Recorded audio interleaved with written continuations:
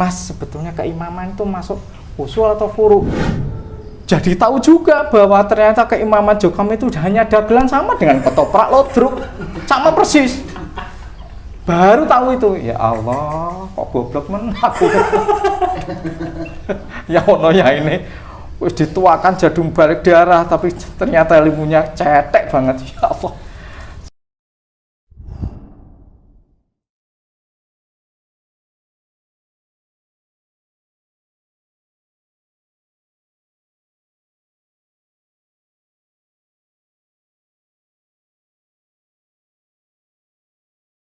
Assalamualaikum warahmatullahi wabarakatuh. Alhamdulillah alladzi adhaba anal hazan inna rabbana laghafurun syakur alladzi aujaba alaina bi fi'lil ma'mur wa tarkil mahdzur. Asyhadu an la ilaha illallah wa asyhadu anna muhammadar rasulullah sallallahu alaihi wasallam wa ala alihi washabihi amma ba'd. Perkenalkan, nama saya Isnan Asyari dari Nganjuk Timur. Dulu saya waktu masih di Jokam didapuk sebagai balik daerah dulu. Sejak kapan Pak Isnan masuk dan bagaimana waktu itu ke Islam Jamaah? Saya ikut dalam Islam Jamaah atau Jokam ini dari lahir. Kalau orang dulu bilangnya apa? Bibit unggul. Sekarang kita lucu-lucuan, ya Allah, ternyata bibit unggul itu unggul dalam kesesatannya, ya Allah. Setelah tahu itu, masya Allah, ini hal yang lucu tapi miris. Kita, ya Allah, selama ini kita ternyata seperti itu. Kita tahunya setelah kita di luar Jokam, kita tahu bahwa ternyata betapa bodohnya kita dulu waktu di situ. Ya Allah, ya seperti itu. Dari kecil, jadi sampai dikeluarkan itu ya kita sebetulnya belum mengerti apa-apa, karena memang dari kecil ajarannya yaitu cabai rawit itu, dewasa itu, ya sudah. Sampai jadi mubaleknya, Pak? Iya. Di tahun berapa waktu itu mondok dan berapa tahun? Dan saya mondok tahun 95 di Wonosalam, Jombang, tahun 95. Berapa tahun, Pak? Kurang lebih 1 tahun. Sudah jadi mubaleknya? Ya, sudah jadi mubalek, iya. Setelah itu ditugaskan pengabdian? Ya, saya pengabdian ditugaskan di kelompok sendiri. Di mana? Di kelompok Lambang Kuning, dekatnya Kertosono sini aja. Kemudian meneruskan untuk hadis-hadis besar, sering di Nginu, di Kaliawen, terus ngejar-ngejar guru sama dulu ustadz yang lama itu, ustadz tuanya itu siapa itu, Pak Mbah, saya agak lupa ini, Pak Zainul Mutakin itu. Nah, itu sering belajar itu, terus ngikuti penderesan di Kediri. Nah, itu tiap Jumat. Dulu waktu itu saya masih pernah ngajar di Pondok Jati, dan saya ikut kegiatan guru-guru pondok itu tiap Jumat ngaji di Kediri. Itu dari situ ilmu saya waktu di Jokam. Apa yang membuat Bapak ragu dengan ajaran Islam Jamaah yang Bapak yakini selama itu? Saya ragu dengan ajaran Islam Jamaah ini yaitu semenjak saya belajar dengan Ustadz Khalil dan kawan-kawan. Tapi sebetulnya ragunya Paul itu setelah beliau dikeluarkan. Awal-awal beliau datang, kita semangat belajar, semangat datang dari Mekah. Datang waktu baru awal dari Mekah. Setiap Jumat ngajar di Kediri. Ada satu pertanyaan yang waktu itu sebetulnya saya agak marah sama Ustadz Khalil. Apa itu? Waktu di pengajian itu Ustadz Khalil tanyaannya gini, jamaah ini manhaj atau golongan? Itu pertanyaannya waktu itu. Oh, di depan mubalek? Iya, di depan umum. Waktu itu saya, gimana sih Pak Khalil ini? Jamaah itu dari dulu ya manhaj, kok tanya jamaah manhaj atau golongan? Jadi karena saya dari dulu memahaminya itu bukan golongan tapi manhaj. Saya memahaminya dari awal saya belajar jadi balik itu karena saya memahami ma'ana alaihi wa ashabi itu berarti bukan hanya jamaah ini tok. Mungkin ada di lain wilayah kita tidak kenal atau di negara lain kita tidak kenal. Saya sudah seperti itu memahaminya. Tapi doktrin untuk meyakinkan bahwa jamaah ini yang paling benar itu masih menancap. Ya cuma gitu aja. Jadi setelah belajar dengan beliau, ternyata ilmu itu tidak sekedar yang ada di Jokam hanya yang paling hebat Kutubus Sittah ya, paling hebat. Terus sama himpunan-himpunan itu ternyata banyak yang belum dipelajari. Dari itu kita semangat sampai waktu itu ya kalau disuruh ngajar di daerah mengajar Al-Quran itu saya sama Mas Isnan yang Jabon yang sana itu dalam perjalanan itu kita ngobrol, aku kalau mau ngajar ini kalau enggak buka Ibnu Katsir aku enggak berani. Padahal kita baru diajari Ibnu Katsir itu berapa baru 3 juz tapi belum ini loh, enggak urut. Baru dipilih-pilih gitu. Lompat-lompat. Iya, sampai surah Al-A'raf kalau enggak salah itu dipilih-pilih gitu. Setelah tahu itu ngaji Ibnu Katsir itu mau mengajar Al-Quran itu takut. Betul itu takut. Akhirnya kita sepakat, kita berdua itu kesepakatan kita berdua. Pokoknya arep ngaji, ayo diterisi Ibnu Katsir. Oke. Jadi saya tiap mau ngajar hanya ngajar setengah jam. Itu saya nderesinya 2 jam bisa lebih. Itu sampai bule saya itu heran. Isnan ini kok cek deres toh? Dan enggak tahu. Nggih, saya bilang cuma nggih, iya toh. Dia enggak tahu. Kita takut ini mau ngajar kalau enggak cocok dengan kita perjuangan Ibnu Katsir enggak berani. Dia enggak tahu. Jadi waktu itu kita sudah seperti itu. Masih kental di Jokam tapi untuk mengajar Al-Quran sudah tidak berani pakai kitab yang Al-Quran yang kita maknai dari guru kita itu sudah tidak berani.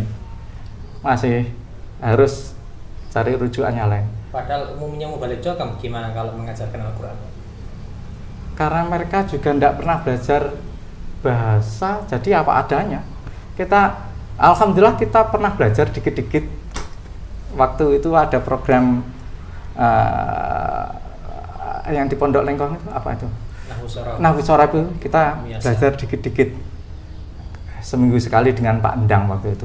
Jadi paling tidak kita ada background itu bisa membaca walaupun tidak sempurna karena kita belajarnya memang ya belum masih tahap awal. Alhamdulillah kita bisa baca-baca sehingga mampu untuk memahami yang dari Ibnu Katsir. Walaupun tidak sempurna, kita pilih-pilih juga. Yang kita mampu kita baca, kita pahami, yang nggak mampu ya sudah. Karena memang ilmunya baru segitu. Balik yang lain, nggak tahu saya, tapi PK-nya nggak ada greget seperti itu. Ya apa adanya yang didapat dari dulunya. Wong mangkulnya seperti itu ya udah. Sedangkan kita ndak. Saya sendiri waktu itu contoh juga. Ketika saya mengajar kitab Sholah yang himpunan kecil itu. Itu saya cari di sarah-sarahnya yang mendukung ini, saya cari, saya tulis sampai seperti itu. Saya dulu sudah usaha seperti itu. Setelah Bapak mantep dengan mengetahui penyimpangan yang ada di Jokam, apa yang setelah itu Bapak lakukan? Pertama, saya menambah ilmu, baik dengan cara online maupun langsung, karena kebetulan di sini juga ada beberapa kajian sunnah yang saya ikuti. Tapi yang paling banyak saya ikut online. Kadang-kadang kita talaki langsung ke Ustadz Khalil, Ustadz Aziz di Kediri. Jadi kayak kita ngaji dulu, itu dekatnya Menara, itu di rumah beliau Ustadz Aziz. Kayak reuni. Boleh diceritakan bagaimana proses sampai akhirnya Bapak bisa keluar atau dikeluarkan dari Islam Jamaah? Prosesnya panjang juga ini, tapi sekilasnya sebetulnya tonggak utama yaitu karena tiba-tiba saya diundang ke Pondok Kediri untuk jadi saksi. Tahun berapa? Itu tahun 2019, tanggal 28 Februari 2019. Belakangan saya tahu ternyata itu sidang tabayun beliau, Ustadz Khalil, Ustadz Aziz. Yang kedua, ya, itu ternyata sebetulnya rekayasa juga sebetulnya. Paginya Ustadz Khalil dan Ustadz Aziz itu di sidang. Di situ muncul nama saya. Muncul nama saya sebagai orang yang pernah belajar ke Ustadz Khalil dan punya pemahaman yang aneh, yang menyimpang versi Jokam. Termasuk katanya ikhlas seperti BAB, seperti itu ternyata katanya saya mangkul atau belajar ke Ustadz Khalil. Seperti itu. Terus yang sholat zong itu Pak ya? Sholat zong itu iya, tapi sebetulnya itu bukan saya, tapi teman saya yang dari Deringes Kertosono itu. Tapi ini sebetulnya sudah selesai.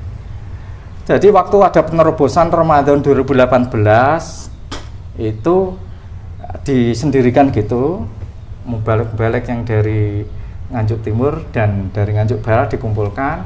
Dari situ muncul bahwa setelah belajar iqomusholah, karena iqomusholah yang waktu itu diberikan oleh Ustadz Khalil itu masih pretelan itu loh, lembaran. Masih itu. Nah, beliau ini Pak Rozak namanya. Itu merasa setelah belajar iqomusholah, nah belajarnya itu waktu itu yang mengajar di Lambang Kuning sini, di daerah. Itu bukan saya betulnya. Itu yang mengajar Mas Aan yang tadi sama Pak Budi yang mubalik daring dari Lengkong. Sebetulnya itu yang mengajarkan. Terus ini merasa bahwa Pak Rozak ini setelah belajar itu perasaannya ibadahnya zong, sholatnya zong itu. Akhirnya dia tambah khusyuk, bisa tambah khusyuk. Tapi pemahaman seperti ini diputar balikan dari pusat, muncul bahwa Ustadz Khalil lewat para murid-muridnya ini menyatakan bahwa sholatnya jamaah dari dulu sampai sekarang itu tidak ada apa-apanya, zong. Seperti itu. Tujuannya kan seperti itu. Padahal itu pengakuan beliau itu. Kembali ke proses sidang tadi Pak. Siapa aja waktu itu yang Bapak ketahui hadir di sesi sidang?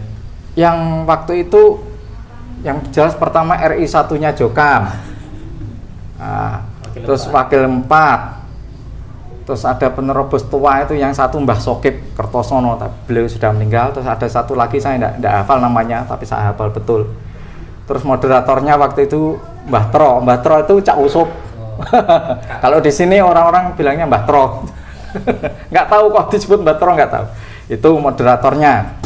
Dari Pak Kubumi ada Pak Hafiluddin, Pak Haryono itu notolenya. Terus Pak Eko, nah ini yang Pak Eko saya melihat itu beliau diem aja, ndak keluar sepatah kata pun Pak Eko. Kayaknya 3 ini. Wah ada satu lagi itu Pak Lutfi, Pak Lutfi Jaya. Yang Pak Eko diem aja waktu itu. Terus dari penerobos yang tua, termasuk yang dari sini Pak Kudori sama Pak Mustafa. Itu terus ditambah penerobos muda, jadi jumlahnya kurang lebih ada 30-an lah. Menyidang jenengan sendiri. Dan yang materi sidangnya ditujukan ke saya, dituduhkan ke saya bahwa saya itu mengajarkan sholat 5 waktu kalau niatnya masih wayarjuna rahmatahu wa yakhafuna adzabah, itu maka belum ikhlas. Maka ikhlas itu seperti BAB. Itu tuduhannya. Terus saya jawab, saya tidak pernah mengajarkan seperti itu. Saya tidak punya mangkul dari Ustadz Khalil seperti itu. Tidak pernah saya. Terus saya sampaikan bahwa sebetulnya ini sudah pernah disampaikan di Kudu waktu penerobosan. Terus Pak Yusuf itu tanya, Cak Yusuf itu, siapa sih nerobos? Saya sampaikan waktu itu yang nerobos Pak Ubed, Pak Muhadi, Nur Cahyo sama Jerry. Saya sampaikan seperti itu. Terus akhirnya sebetulnya waktu itu sudah langsung ketemu kesimpulannya. Pak Yusuf itu bengok, teriak, Kudori, maju. Siapa ini yang bikin laporan? Kok nggak cocok? Sebetulnya seperti itu. Itu Cak Yusuf, Mbak Tora bilang gitu. Pak Kudori maju. Terus bilang, itu yang bikin laporan Pak Ubed. Itu. Terus Pak Haryono bilang, nggih, niki engkang damel laporan Pak Ubed. Nek ngono Ubed kok ya dicelok. Itu. Tapi ternyata ini faktanya ya, sampai selesai enggak pernah ini diungkap. Iya. Enggak pernah. Enggak pernah juga Pak Kol dipertemukan dengan Pak Ubed atau dipertemukan lagi dengan saya, enggak pernah disampaikan ke Jokam, ke jamaah, enggak pernah. Tahunya di Jokam kan Pak Khalil menyimpang gitu. Iya, pokok langsung disebutkan Pak Khalil menyimpang gini. Ya karena saya sudah tahu materi sidang, ternyata nih rekayasa betul. Aku gak percaya belas Mas karo pusat. Nah, terus besoknya tuh Pak Khalil ngebel aku. Nggak tahu beliau dapat nomor dari mana, nggak tahu. Nah, terus saya bilang ya apa adanya seperti itu. Habis itu ya aku semakin berani, oh berarti yo gak bener ya. Akhirnya rekaman lama aku buka lagi, rekaman dari Pak Khalil yang lembar-lembaran buku-buku, saya pelajari lagi. Padahal kan larangan keras, Pak. Iya dilarang, tapi karena aku sudah yakin ini salah, ini nanti insya Allah sudah selesai.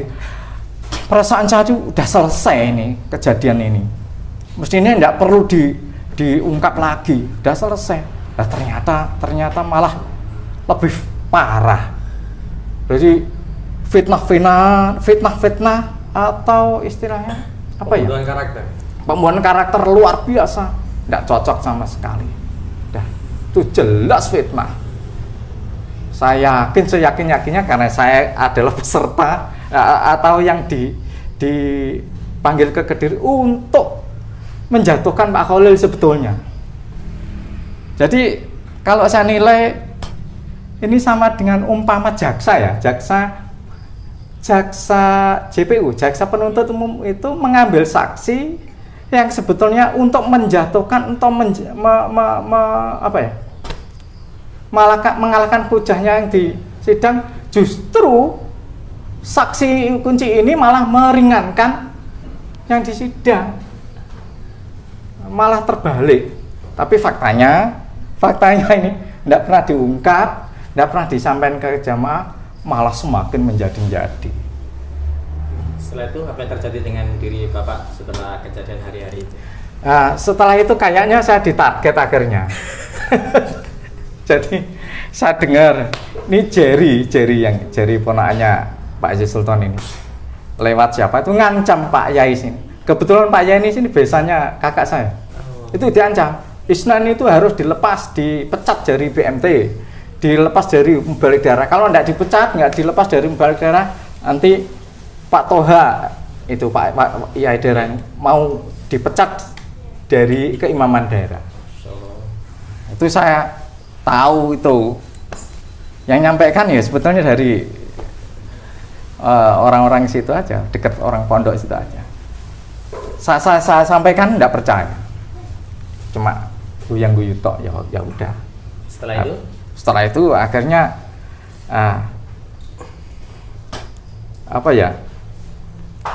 intinya saya diinteli lah, di target.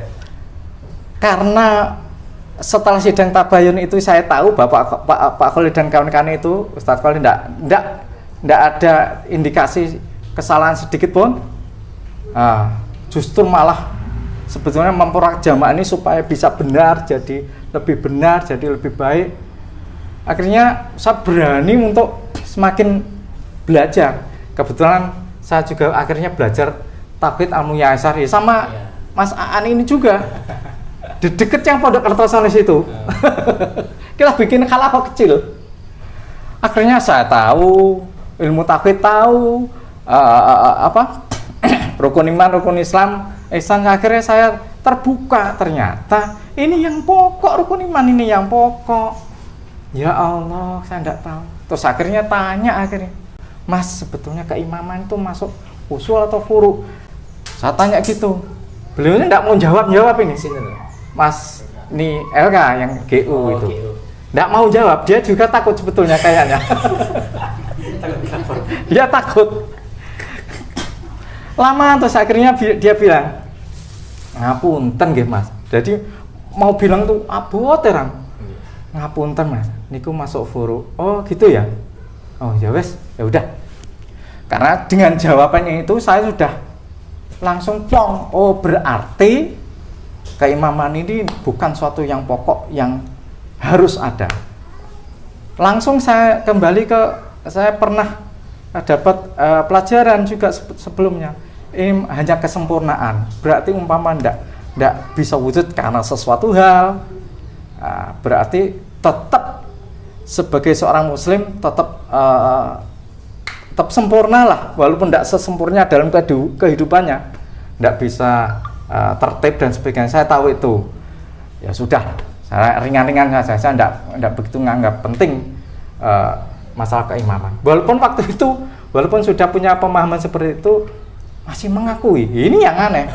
Sampai saya dikeluarkan dari Jokam itu, saya masih mengakui keimaman Jokam. Iya, karena memang waktu dikeluarkan saya belum belajar fikih syiasah, yaitu baru setelah keluar dari Jokam belajar, ternyata ini bukan suatu yang pokok, hanya kesempurnaan. Jadi tahu juga bahwa ternyata keimaman Jokam itu hanya dagelan sama dengan ketoprak lodruk, sama persis. Baru tahu itu, ya Allah, kok goblok men aku. Ya ono ya ini, wis dituakan jadung balik darah, tapi ternyata ilmunya cetek banget. Ya Allah. Sanes. Kadang kalau ingat seperti itu mau marah, tapi itu sudah qadar. Gimana? Dari kecil memang diajari seperti itu. Arep nesu yo piye. Terus kalau ingat itu malah guyang-guyu dhewe kalau ketemu sama-sama mantan malah gojol-gojolkan. Aku mbiyen yo ngono. Padha rabene kabeh. Akhirnya sampai di sidang juga. Yang di sidang cuma sekali, yang waktu mau di-NA oleh pengurus daerah. Dinonaktifkan. Iya, kalau dimurtadkannya itu gini. Saya kan disuruh tobat. Karena saya mengupload itu bab zakat. Yeah. Zakat itu zakat fitrah tidak harus ada amilnya. Nah, seperti itu saya sampaikan ke amil di tingkat daerah. Sama sih dari amil waktu itu. Terus hal seperti itu, jadi amil itu tidak harus ada, gitu. Intinya seperti itu. Terus saya disuruh meralat gini-gini. Ya, saya disuruh tobat. Yang saya tobati itu, saya tidak akan menyampaikan lagi. Tapi kan sudah saya sampaikan, ya sudah. Saat kali ini yang sekarang jadi imam daerah sekarang, katanya. Ya tidak tahu persis, bahwa katanya sekarang dari imam daerah, dulu wakil daerah, Pak Kopson namanya. Itu saya disuruh nulis tobat, caranya gimana? Lah masa kowe gak iso nulis surat tobat? Boten saged. Lah kok gak tau mboten? Itu jane ya ro, jane ngerti. Ngajari. Pancen tak gawe brainstorming untuk menggoncang dia. Terus pundi? Ngapun ngeten mawon. Saya bilangnya gitu. Udah, Bapak aja yang nulis, nanti yang tanda tangan. Loh, tobat kok ngono? Itu. Jadi tak akali, Mas. Ora kena ya wong. Wis tak akali ngono ora kena. Nggih pun kula tulisé tapi jeneng sing dikte. Ya, pikir didikte wonge. Terus pundi? Nggih, terus pundi tulis gitu. Terus saat saya nulis tobat itu saya bilang, lah ngeten iki napa mboten taklid toh Mas Kopjon. Beliaunya jawabnya gini, sebetulnya ya iya ya taklid. Nah terus muni wis ngene lho Nan, pokoke awake dhewe manut ae karo pusat. Itu sebetulnya saya udah ngasih tahu seperti itu. Saya kasih pertanyaan, maksud saya kasih tahu. Ternyata itu enggak bermanfaat ternyata. Beliaunya tetap pada akhirnya saya dipanggil lagi, ditanyai. Wes pokoknya kowe kudu kaya wong-wong jamaah secara umum. Gitu. Enggak mau terima. Kalau dikatakan jamaah ini jamaah manhaj itu enggak terima. Jamaah ya kudu beramr berbiat bertaat. Seperti itu. Setelah itu resmi dimurtadkan, Pak? Itu belum. Oh, belum. Saya disuruh tobat, terus disuruh menemui Pak Yadera langsung. Saya telepon.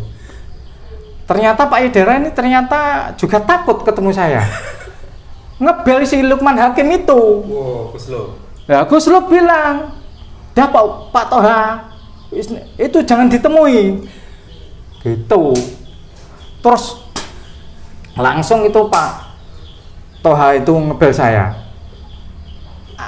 Nan aku metu iki. Oh nggih, padahal aku udah dalam perjalanan sampai deketnya rumah, udah deket separuh perjalanan. Aku metu iki. Nah, aku ngerti wong ki senengane ngintrik-ngintrik iki. Saya paham beliaunya itu kan tukang bohong tuh sebetulnya. Saya tahu beliaunya itu karakternya pembohong. Saya tahu.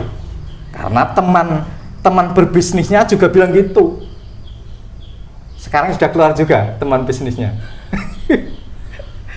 Nah, itu ini saya tahu bahwa itu ngebel Lukman Hakim itu sorenya, itu pagi. Sore ada teman dari Jokang itu bilang mau Pak Tohai ngebel Pak Lukman Hakim ngomongi ojo ditemoni isnad kuwi ngono. Oh alah. Seperti itu. Bilangnya keluar. Maksudnya keluar dari rumah kan sudah keluar. Saya tahu itu. Biasa bertakiyah. Kebiasaan Fatwa Nabi dulu. Nah, habis itu Sadid akhirnya karena dianggap tobat saya yang saya tulis tadi, itu beliau bilangnya tobat kok ngene. Oh, gak percaya Mas. Iku apa? Surat tobat yang saya tulis. Karena memang yang itu kan di dikte sama itu. Saya cuma nulis saja. Terus intinya saya dipaksa itu, saya enggak mau lah intinya. Terus akhirnya saya dibel wes sampean wes duduk rokyae atau jamaah Bapak Imam Abdul Aziz sama sinten Pak Toha itu, Pak Yai daerah itu. Nah, wes sampean golek nggon pengajian liya. Oh nggih. Ya sudah. Panjen kon golek nggon ngaji liya ya golek. Kur ngono tok. Cukup. Iya. Oke. Jadi berikutnya akhirnya saya ditelepon sama Pak Yai daerah. Imam daerah. Ya, Imam daerah Nganjuk Timur. Ditelepon. Yes. Iku sampean saiki wis duduk rokyae jamaahe Bapak Imam Haji Sultan Aulia Di Indonesia. Nah, dia bilangnya kamu sudah bukan jamaahnya Haji Sultan Aulia. Saya bilang oh nggih ya. Nah, terus wis saiki golek nggon pengajian liya. Saya disuruh cari tempat pengajian yang lain. Oke, enggak apa-apa. Ya udah, memang udah enggak boleh, ya sudah. Itu akhirnya putus, saya enggak boleh ikut pengajian, ditambahin enggak boleh ikut di tempat-tempat pengajian di Jokang, enggak boleh. Gitu. Tapi keluarga saya masih di sana semua, masih di Jokang semua. Akhirnya setelah itu intimidasi muncul. Awal-awalnya intimidasi ya, anak saya mulai tidak boleh, 2 anak saya diikut ngajian GU GP kalau istilah Indonesia, generasi penerus di Pondok Al Beda Kertosono diusir. Dikasih surat sambung, pindah sambung, maksudnya diusir. Tahu-tahu belakangan saya tahu bahwa itu dimusyawarah oleh termasuk Pak Ubed dan kawan-kawan, di musyawarahnya pondok itu sampai 3 kali untuk mengeluarkan itu. Anak saya ditanya tentang jamaah, loh enggak ngerti anak saya. Kelas berapa waktu itu? Waktu itu yang kakak masih SMA kelas 2 atau atau kelas 1 ya. Sing adik berarti kelas 3 atau 4 SD. Ya. Kalau enggak salah itu. Masih sekecil itu. Itu yang sing kakak anak saya nomor 2 itu ditanya tentang jamaah.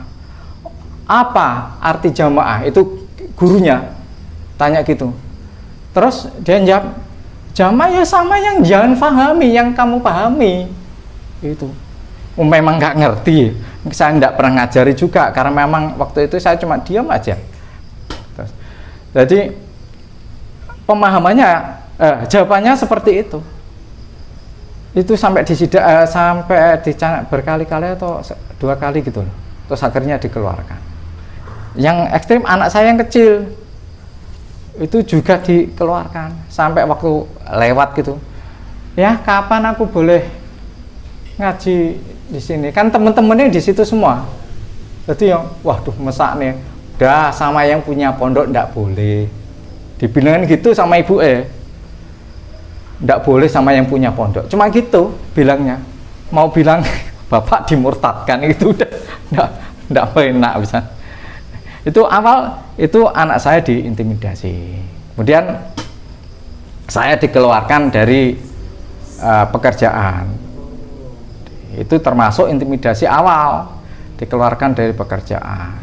Saya tahu itu setelah saya di NA itu pasti risikonya ini. Seperti hanya beliau Pak Khalil. Kok umpama rumah saya di komplek, waduh ya sama seperti mereka. Kira-kira gitu. Untungnya saya jauh dari komplek. Gitu. Terus adik saya, istri saya kan waktu itu masih saya dimurtadkan itu masih di Jokam, saya izini ngaji masih. Nah, tapi sebetulnya saya punya agenda tersendiri. Keluarga saya yang masih di Jokam itu supaya bisa menyampaikan apa yang saya ngerti setelah hijrah ini. Ternyata pada akhirnya tujuan mereka adalah ya mengeluarkan, harus keluar karena disuruh tobat karena apa? Tobat karena sholat dengan saya, makmum dengan saya tidak boleh.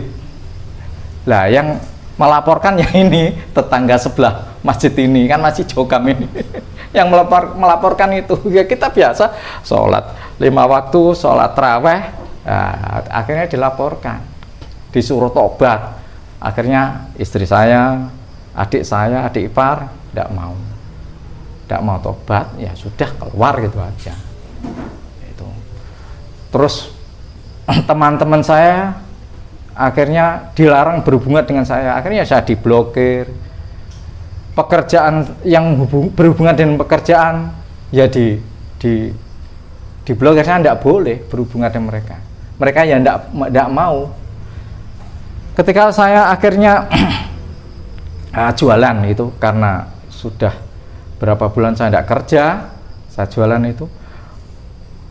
Teman-teman yang masih di Jokam yang sebetulnya baik sama saya, itu beli di tempat saya itu habis itu dimarahin, tidak boleh. Bilang seperti itu, tidak boleh. Kebetulan ya, kok ya pas beli di situ loh, kok ya ada pengurus Jokam yang lewat. Kodarnya itu loh kok ya ada aja. Aduh. Intimidasinya seperti itu. Cuma sampai bule saya sekarang juga masih di Jokam sebetulnya, tapi sudah tidak begitu nak bosok Jawa ini nggak begitu seken, wis nggak patek yakin lah ya, tapi masih karena putar-putarannya juga masih di Jokam. Itu didatangi sama kakak saya, kakak ipar saya sama kakak saya didatangi, nggak boleh dolan ke tempatku, nggak boleh bantu aku, nggak boleh, pokoknya boleh berhubungan dengan aku, jangan ikuti itu isnan, nggak boleh. Bule saya dibilangin seperti itu. Malah kakak saya sendiri bilang, waduh bule, kok ada anaknya bapakku yang masuk neraka loh, aku cuk meger masih hidup seger gini, katanya sudah di neraka. Sampai dibikin guyonan sama anak-anak saya nih, waduh bude kok sudah jadi penjaga neraka ya, sampai gitu. Ibu bule saya itu enggak boleh sampai lewat depan rumah saya itu loh, kakak saya sampai gini loh, enggak mau lihat. Itu ada saya di depan sama istri saya, kakak ipar saya boncengan sama kakak saya, enggak mau lihat. Itu hak itu. Ya Allah, sampai segini itu saya baru paham betul, sadar betul bahwa kesesatan Jokam sampai sebegitunya itu ya setelah saya di NA atau dimurtadkan. Tahu betul dulu ketika saya masih di Jokam, tapi berarti ya sebetulnya saya juga ya enggak taat ya dulu ya. Saya sering buka channelnya Ustadz Firanda. Istri saya juga begitu. Saya kebetulan kerja juga di tempat Pak Yainya Jokam. Itu juga buka-buka kajian. Iya, kajiannya Ustadz Firanda. Padahal larangan keras ya. Iya. Bilang kan enggak apa-apa ini buka. Enggak apa-apa, aku ya gitu. Nah, saya sering di kantor ya buka-buka. Waktu di Jokam, ketika ada yang mengatakan Jokam tuh begini, masjid dipel, enggak boleh berhubungan dengan, kalau sudah keluar enggak boleh berhubungan dengan Jokam. Sok sih, saya enggak percaya, masa gitu. Karena saya dari kecil sampai dewasa ini enggak pernah ngalaminya seperti itu. Ternyata betul apa yang dikatakan Ustadz Firanda juga betul. Ketika saya sudah NA dikeluarkan, ternyata yang diceritakan Ustadz Firanda itu ternyata betul adanya. Ya Allah, kayak gini toh.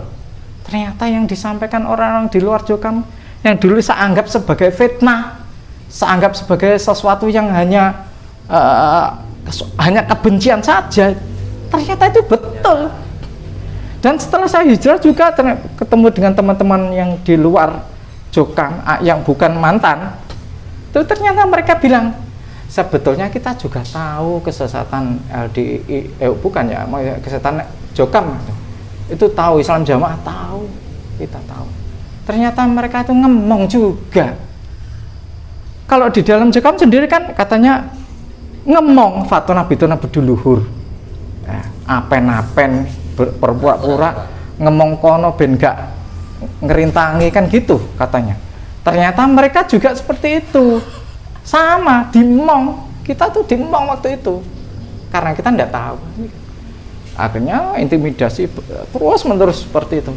Selesainya itu ini habis nggak ada intimidasi itu ketika korban yang tahun berapa ya? Tahun kemarin apa? Itu kakak saya meninggal. Kakak ipar meninggal. Habis itu kok intimidasi itu selesai. Jadi setelah saya teliti saya apa ya? Bekas cat-cat, bukan? Oh, ternyata benang merahnya itu mengarahnya ke kakak saya sendiri juga. Karena berbesanan dengan imam daerah, informasi apapun nyampainya situ. Jadi intimidasi ke saya itu ternyata lantarannya dengan itu perantaranya seperti itu. Kalau bapak sendiri nanggapi intimidasi itu gimana? Nyantai aku, jadi nggak pernah apa, udah saya biar Allah yang tahu gitu aja. Tapi yang perang itu istri saya. Wah, waktu di apa dikeluarkan dari pekerjaannya juga ini, dia bilang ke Pak Yainya dulu,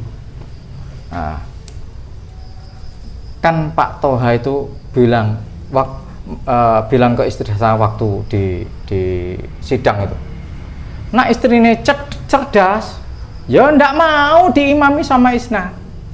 Maksudnya kalau cerdas ya minta cerai. Nah, itu dibilang kan Pak Toha bilangnya gitu. Terus ini disampaikan ke Pak Yai kelompok. Lah kok bisa Pak Toha bilang gitu? Lah saya sekarang gimana? Kalau saya makmum sholat saja ndak boleh, untuk yang lain boleh ndak? Nah, sampai bingung itu Pak ya kelompoknya. Coba lihat itu di depan itu, kan wakil kelompoknya kan tukang las, karyawannya juga orang luar Jokam. Itu sama dengan saya. Kenapa itu ndak disuruh dipecat atau gimana? Sampai gitu kan istri saya juga disuruh mecat itu Pak ya kelompok. Akhirnya ya, dipecat juga. Jadi akhirnya istri saya itu ngamuk-ngamuk itu. Ngomong sama, kebetulan ada keponakan dari kakak ipar saya itu dolan atau beli ya, itulah lupa saya. Terus diceritain, ini udah dalam bahasa Jawa muntap nih, apa ya bahasa Indonesianya, muntap itu sudah marah yang berapi-api yang berlebihan itu. Akhirnya apa yang dia ketahui, istri saya tahu tentang Pak Toha, Pak Edera itu anaknya yang seperti ini, jadi jeleknya anaknya ini udah ungkap sini itu. Terus kebetulan pembina mubaliknya itu nikah dengan keponakan kakak saya, itu juga diungkap itu. Jadi penggede pembesar Jokam yang di Nganjuk Timur ini diungkap semua, kejahatan-kejahatannya diungkap. Itu akhirnya kayaknya marah besar itu sampai bilang ke Pak ya kelompok Pak itu, aku ndak nyuruh pegatan, ndak nyuruh cerai, bilang sama Mbak Rama, saya ndak nyuruh cerai. Siapa yang percaya mau diimami saja ndak boleh kok. Sampai seperti itu. Terus orang-orang Jokam yang sering berhubungan bisnis dengan saya pun itu dilarang datang ke tempat saya. Bahkan adik saya yang ini dulu juga dilarang juga, ndak boleh dengan saya. Waktu masih saya udah NA, ini masih Jokam. Saya sudah dimurtadkan juga, ini masih Jokam. Jadi setahun setelah saya dimurtadkan, adik sama istri, anak-anak saya baru keluar. Jarak setahun. Memang saya izini untuk tetap mengikuti situ waktu itu. Bagaimana perasaan Pak Isnan ketika sudah keluar dari Sragen? Perasaan saya waktu keluar, waktu awal, ya gimana ya? Saya dari kecil ada di Jokam. Setelah dikeluarkan, tidak boleh berhubungan dengan teman-teman. Ya rasanya gimana gitu ya? Ya susah, ya sedih. Ya wajar suatu kesedihan. Tapi saya selalu ingat bahwa ini memang ya, ini harus jalan yang harus saya tempuh. Saya tidak mau mengorbankan akidah hanya karena pertemanan, persaudaraan, enggak. Ini terpaksa saya harus bisa menerima, mengalami ini. Saya ingat Nabi sendiri saja ketika jadi Nabi, halangan terbesar ya keluarga. Mau tidak mau ini ya harus diterima, walaupun dengan sedih. Pertama sedih bukan karena dikeluarkan, itu bukan. Pertama sedih, ya Allah aku keluar sendiri sedangkan keluargaku masih di Jokam. Sedangkan saya tahu betul-betul ini kesesatan luar biasa. Tapi saya menyampaikan juga tidak bisa diterima. Gimana nih caranya? Terus, yang kedua kesedihan saya adalah keluarga, anak-anak saya waktu itu masih kecil juga. Ini terus saya pendidikan agamanya saya arahkan kemana? Karena ketika dikeluarkan dari Jokam ini saya juga belum tahu, karena saya belum kenal dengan dunia luar. Kajian-kajian di luar juga belum tahu. Jalan keluar itu hanya YouTube itu, tak. Saya sempat bilang juga sama Ustadz Khalil ketika saya dikeluarkan ini, saya juga masih belum bisa move on. Saya belum bisa berhubungan dengan teman-teman yang sudah keluar, saya bilang ke beliau, saya belum bisa ikut secara langsung, karena memang kondisinya seperti itu. Karena anak istri saya masih di situ. Itu yang paling dua itu yang paling berat waktu itu. Kalau Mak Aisyah dan sebagainya, saya yakin wong, alah ini hanya transisi saja, nanti Allah paring. Ternyata juga setelah saya keluar betul sama dengan istri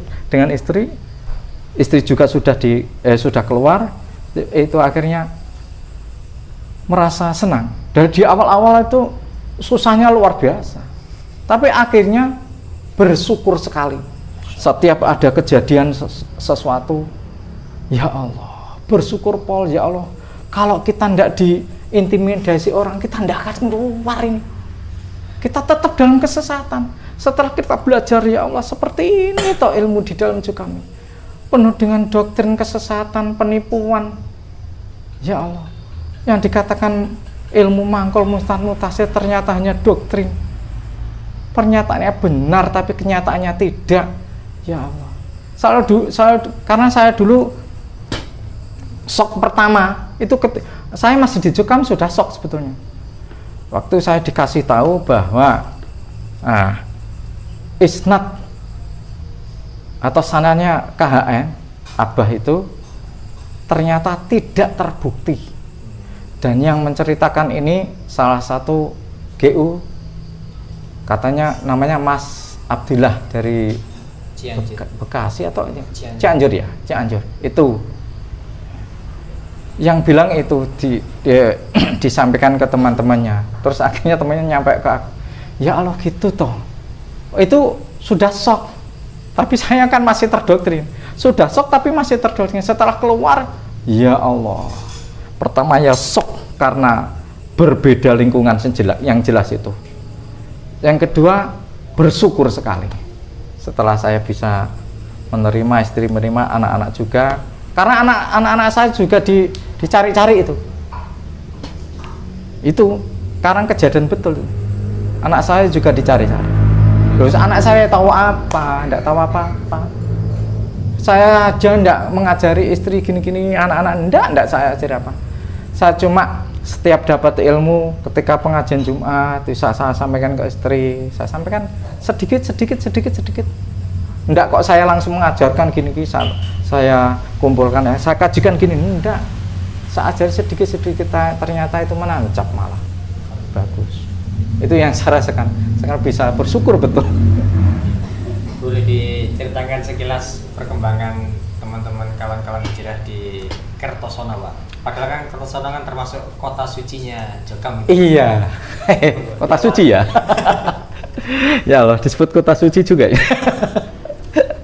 Kalau kita dulu malah nyebutnya di Kertosono itu kayak DKI itu loh. Daerah istimewa. Iya, daerah Kertosono istimewa. Bukan daerah khusus, daerah Kertosono istimewa. Karena sering sesuatu itu munculnya dari situ. Di Islam Jamaah. Di Islam Jamaah secara umum atau yang di sekitar sini itu muncul dari situ. Wong keimamannya di sini ini Nganjuk itu kayak itu di bawah kakinya pengurus ini saja. Kertosono. Iya. Dari kayak kakinya ini pokoknya kayak tidak ada artinya. Walaupun disebut imam daerah dan sebagainya itu harus tunduk sampai selesai. Kayak tawakut gitu agak. Iya. Dari apa namanya? Pini sepuh. Iya. Kayak Jerry itu walah.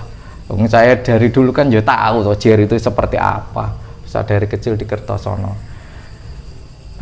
Dan intimidasi pemagaran itu kuat di sini, sangat kuat. Saya sebagai orang yang pertama kali diletakkan di wilayah sini itu awal kan saya sendirian ya, sangat beratnya. Kok enggak ada teman-teman nih gitu, kok enggak terbuka-buka. Saya nyari informasi enggak ada, tapi ternyata setelah medsos semakin besar ini dikit-dikit ada. Alhamdulillah sekarang sudah mungkin kalau jumlah cacah jiwa mungkin sampai 100-an kurang lebih. Boleh disebutkan yang petingginya, Kepala daerah? Yang merata belum mau terbuka. Yang kalau yang sudah terang-terangan ya Yang jelas saya Isnan Asari dan keluarga, terus adik saya Sutarji dan keluarga, terus Maan yang tinggal di sebelah musola ini satu keluarga, entah berapa ini jumlahnya. Terus Mas Isnan yang Jabon sana satu keluarga, terus bapaknya satu kakak, terus adiknya juga satu kakak. Itu yang sudah terang-terang. Terus ini baru aja ada juga yang baru keluar terang-terangan. Yang dekat-dekat ini, kalau di Nganjuk saya yang sudah terang-terangan belum tahu ya. Nah yang dekat ini namanya Pak, kok lupa ya, itu orangnya pekerjaannya belantik kambing itu. Pak siapa ya? Saya lupa. Kalau adiknya Pak Marjuki namanya. Pak Marjuki yang istrinya Mbak Ena itu sudah menyatakan keluar kurang lebih 3 minggu yang lalu. Ini yang saya takjub juga. Saya dulu ya tahu gitu aja, enggak kenal saya. Cuma tahu gitu aja. Ternyata dari orang yang awam, tahapannya itu jelas, itu sangat jelas. Dia betul paham, ini sesat, akhirnya keluar. Berbeda dengan saya dikeluarkan belum tahu. Saya yang balik daerah itu ternyata lebih bodoh daripada yang orang awam. Ternyata lebih cerdas mereka. Saya ketika beliau cerita baru itu, karena saya ajak kajian di sini, Ustadz Rifki Ja'far yang podcast sama Ustadz Khalil itu kan ngajar di sini, kita ketemuan, terus sama Ustadz Yusron yang Gus Yus yang temannya Pak Khalil itu, saya ajak, akhirnya beliau ngikut habis ngaji dengan beliau berjuang ini, terus ceritanya seperti itu. Dia buka itu YouTube. Ya Allah, seperti itu nih Jong. Ya harus belajar. Setelah belajar paham, dia keluar. Ya, lebih hebat, saya anggap itu lebih hebat dari saya. Saya dikeluarkan masih mengakui Pak Aziz. Iya, ke Imam juga masih saya akui. Itu. Ya Allah, ternyata saya lebih bodoh. Lucu sekali. Sekarang alhamdulillah tambah banyak. Semakin yang bunglon akhirnya keluar sudah banyak. Kemudian yang dari luar negeri akhirnya juga bisa bergabung di Kertosono, di wilayah Nganjuk. Ya, kan kita sudah ada komunitasnya untuk di wilayah Nganjuk. Cukup. Terakhir pesan atau nasihat yang pertama kepada para pengurus, kedua pada para mubalik atau guru pondok, yang ketiga kepada orang Jogam secara umum. Ya.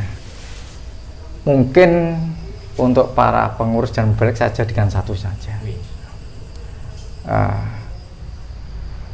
Karena saya dulu juga pernah jadi pengurus, jadi mubalik. Semoga mau membuka hati, jangan melihat yang di luar itu selalu jelek, jangan. Bukalah, terimalah apapun saran dari siapapun, yang penting itu benar, secara Al-Quran dan Sunnah benar diterima. Jangan biarkan hatinya tertutup doktrin-doktrin, tidak boleh melihat YouTube, tidak boleh berkawan dengan JRK, yang disebut JRK itu tolong itu dikesampingkan. Bukalah hati, betul. Insya Allah Allah paring hidayah, petunjuk. Terbukalah. Itu secara umum. Untuk jamaah secara umum, saya nasihatkan ya hampir sama sebetulnya, terbuka juga.